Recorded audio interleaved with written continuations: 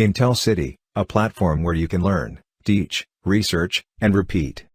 Assalamu alaikum to all. I am Sumayziz from Intel City. Introduction to Verilog HDL. इस video tutorial में हम Verilog hardware description language का introduction है उसको analyse करेंगे, उसको देखेंगे. Outline of this video tutorial. सबसे पहले हम देखेंगे हार्डवेयर डिस्क्रिप्शन लैंग्वेज यानी कि HDL, Verilog HDL क्या होती है और उसका कहाँ कहाँ यूज होता है. उसके बाद हम देखेंगे सिमुलेशन क्या होती है, कैसे की जाती है. Then will focus on the synthesis के सिंथेसिस करते हुए किस चीज़ को आपने कंसिडर करना होता है, कौन सी चीज़ों को आपने मद्देनजर रखना होता है. उसके बाद आपने फाइनली हम देखेंगे कि कौन कौन से सॉफ्टवेयर हैं जो कि सिमुलेशन और सेंसस के लिए यूज होते हैं Verilog HDL के साथ.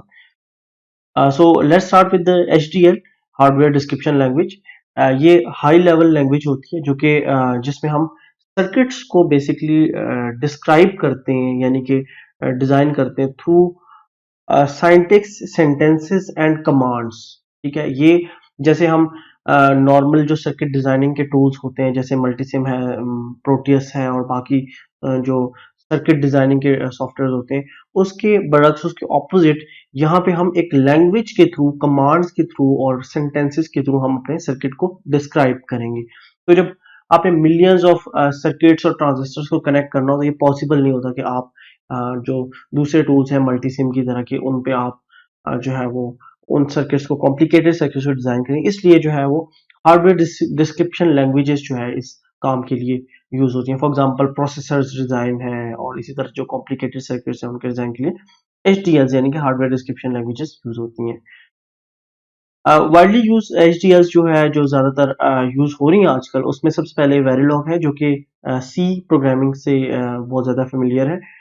उसके बाद सिस्टम Verilog है जो कि C++ के काफी करीब है और VHDL के पास्कल लैंग्वेज है उसके साथ भी उससे ज्यादा काफी ज्यादा मैच करती है. तो Verilog और VHDL जो है बेसिकली बहुत ज्यादा यूज होने वाली हार्डवेयर डिस्क्रिप्शन लैंग्वेजेस हैं. Verilog HDL जो है वो 1984 में जो है वो डेवलप हुई थी और उसके बाद उसमें टाइम के साथ साथ अपडेट्स होती रही. 1995 में एक अपडेट आई, एक अपडेट 2001 में आई और जो करंटली जो यूज होती हुई Verilog है वो 2005 में अपडेट हुई थी और वही अपडेट अभी चल रही है और यूज हो रही है. सिमुलेशन एंड सिंथेसिस ये बहुत इंपॉर्टेंट कॉन्सेप्ट्स हैं. यहाँ पे हमारे पास HDLs के दो प्राइम ऑब्जेक्टिव्स होते हैं या फंक्शंस होते हैं. तो पहला होता है सिमुलेशन और दूसरा होता है सिंथेसिस. तो सिमुलेशन के अंदर आपने क्या करना होता है, आपने फोकस करना होता है अपने मॉड्यूल को या जो आपका कोड होता है या डिजाइन होता है उसको आपने इनपुट्स प्रोवाइड करनी होती है और आपने उस इनपुट्स के अगेंस्ट देखना होता है कि आउटपुट आपका जो मॉड्यूल है वो क्या प्रोड्यूस कर रहा है. तो इसमें आपने सिर्फ अपना जो मॉड्यूल है उस मॉड्यूल की फंक्शनैलिटी को आपने जो है वो मेजर करना होता है और देखना होता है. इसमें आपने सिर्फ उसकी जो वर्किंग है उसको देखना होता है कि वो सही आउटपुट प्रोड्यूस कर रहा है या नहीं कर रहा. इसके बरक्स जो आपका सिंथेसिस है, सिंथेसिस में हम मॉड्यूल को ट्रांसफॉर्म करते हैं लॉजिक गेट्स के अंदर और सर्किट के अंदर. के मॉड्यूल है आपका जो कोड है Verilog HDL का उसको आपने ट्रांसलेट कैसे करना है सर्किट के अंदर. तो HDL का जो कोड है वो आपको एक प्रोग्रामिंग लैंग्वेज जैसे पाइथन है, जैसे मैटलैब है, जैसे C++ है, इससे की तरह नजर आएगा. लेकिन आपने कोडिंग करते हुए हमेशा ये ध्यान रखना है, ख्याल रखना है कि आप सर्किट को डिस्क्राइब कर रहे हैं अपनी लैंग्वेज के अंदर, अपने कोड के अंदर. जो Verilog की कमांड्स हैं या Verilog का कोड हो लिखेंगे आप, वो पूरा का पूरा कोड जो है वो सर्किट में ट्रांसलेट नहीं हो जाएगा यानी कि सिंथेसाइजेबल नहीं होता. वो उसमें कुछ पोर्शन जो होता है वो सिंथेसाइज हो जाता है, कुछ पोर्शन सिंथेसाइज नहीं हो पाता.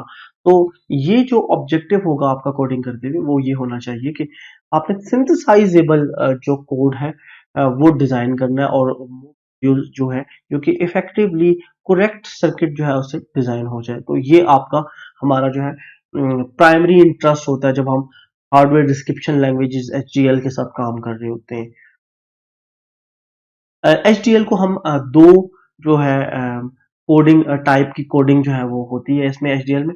एक कोडिंग जो है वो सिंथेसाइजेबल मॉड्यूल्स होते हैं जो कि डिजाइन मॉड्यूल होता है जिससे हमारा मकसद होता है कि वो सर्किट डेवलप हो जाए और दूसरा होता है टेस्ट बेंच जिसको हम सिमुलेशन के लिए यूज करते हैं. तो सिंथेसाइजेबल मॉड्यूल जो है जैसा कि हमारी बात हो गई कि हम डिस्क्राइब करते हैं हार्डवेयर को, और फिर टेस्ट बेंच जो है वो आपके पास टेस्टिंग के लिए यूज होता है सिर्फ।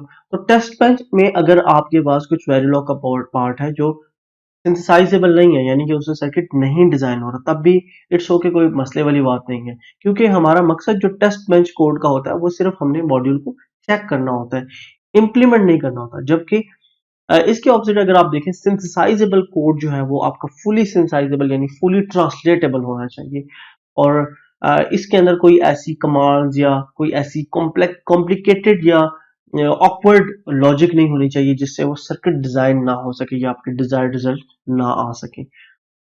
उसके बाद software to be use for simulation and synthesis, जो बहुत ज्यादा फेमस एक पॉपुलर सॉफ्टवेयर है मॉडल सिम। इसके अंदर हम सिमुलेशन करते हैं और मॉडल सिम के कोड्स को वेरीफाई करते हैं, टेस्ट बेंच बनाते हैं और अपने फंक्शंस को वेरीफाई करते हैं। और जो सेकंड टूल है हम यूज करेंगे, हमारी वीडियोस भी होंगी इस पे, विवाडो डिजाइन स्वीट।